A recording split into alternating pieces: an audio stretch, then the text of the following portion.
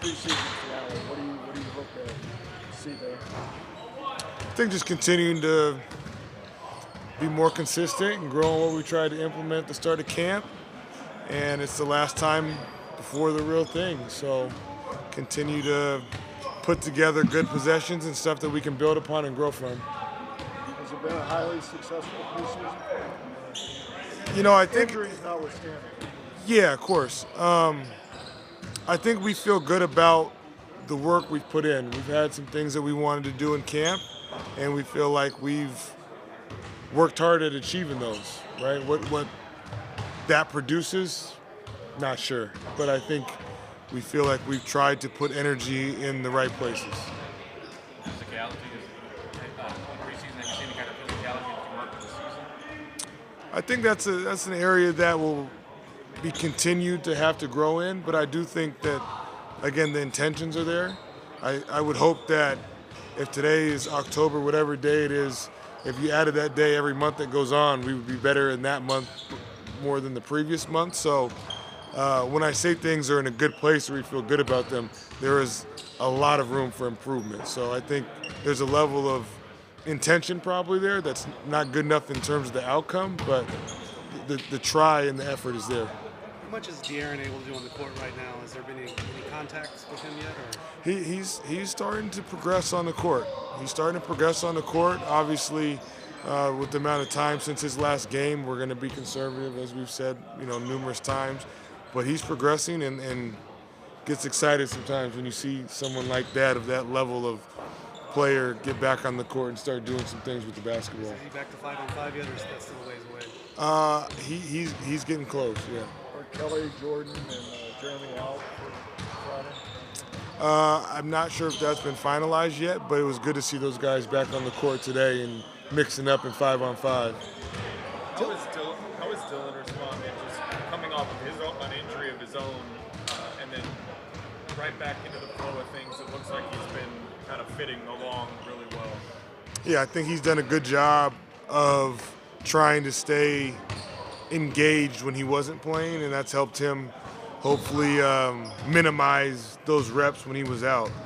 You can't have a player his age or experience. There's not enough time.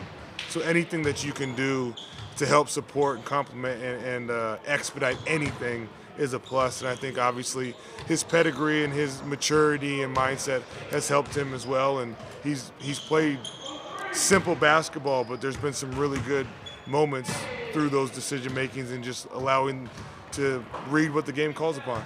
Have your expectations or view of those two rookies changed through the course of camp and preseason? I'm sorry, say one more time. Has your expectations or how you view those two rookies changed through the course of camp and preseason? I think the only thing I'd say in terms of expectations is they're raising their standard of not making repeatable mistakes. They've done a really good job of, when something's been corrected, of taking that and comprehending and digesting that coaching, which is good to see. So, sometimes when you do something right, you tell on yourself. So we will be raising that standard. Dylan looks so much more composed on the ball in these last couple of games than he did back at Summer League. How have you seen him grow, just like knowing how the reads work at the NBA spacing and all that kind of stuff? Yeah, I think there's probably a lot of variables that go into that. He's playing with a little higher talent, no disrespect to anybody at Summer League, so that makes some of those reads easier and clearer. There's probably a level of excitement at Summer League, and he had an extended amount of time off before that as well. So I think just time, even though it's a first preseason game in an NBA jersey, to be in this gym and camp and have some of that stuff help. And he's a good player. There's a reason that there are expectations and thoughts of him before he got into this gym. And I think it's our job to continue to cultivate that and support that and challenge him. And I think he's obviously shown a knack for sound decision-making and making plays with the basketball in his hands, as you alluded to. And Carter's had some pretty big defensive plays at the rim. Everyone knows Vic's a pretty good shot blocker, so offenses are going to try to get him away from the shot blocking position. So how important is it for guys like Carter and other wings to step up as rim protectors, and how will that help him get more opportunity? Yeah, I think it's something, obviously there's different levels of potential in terms of rim protection based on some things of an anatomy or size and athleticism, but it's something we ask of all of our guys. When there's someone driving the basketball and they have time and space, we want Again, the physicality at the rim, and that shows itself in terms of verticality.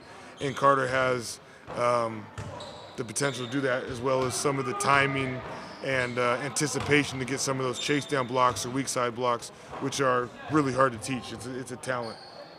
Have you kind of gotten a kick out of watching Bismarck, this 12, 13-year veteran, closing the games, some of these preseason games with those deep bench lineups, and how he's kind of anchored that?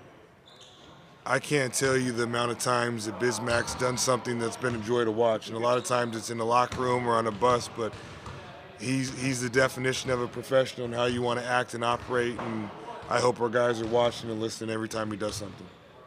You mentioned anatomy. Boban was on TV saying, "I'm 7'4" and I still have to look way up at Wemby." How tall do we think Wemby is? And I guess what do you think of just people constantly wondering and debating over how tall he is? I said this the other day. None of us are close, so it's all a guess. I got no clue. I have to stand on this chair and get the measuring stick, so I know he's taller than me. 7 something. When you were talking to Julian, he was mentioning how his team is very close together because of the time they spent over the summer together now throughout the time here. Have you seen that as a coach, the camaraderie, the chemistry kind of building a little bit? I do think there's been a level of assertiveness from some of the guys that have been here for a few years, like Julian, Keldon, Devin. Some of those guys now you start talking about 3, 4, 5, 6+ years. I think they know how we want to operate in the foundation that's been here for a long time. And so to still have that consistency and continuity to now bring that into the fold for this version of this team has been really positive. Yeah, how important is that to kind of bridge the gap, between the young guys and the guys that have been here? Yeah, and I think hopefully it's just a journey of growth more than bridging the gap, but I think it's very important. About those Mariners. That's the best question you've asked in a long time. Well, I hope we don't have to go back to Canada. They're doing a heck of a job. It's been fun to watch. That city, our city, deserves that. We've been waiting a long time, and those guys have done a heck of a job.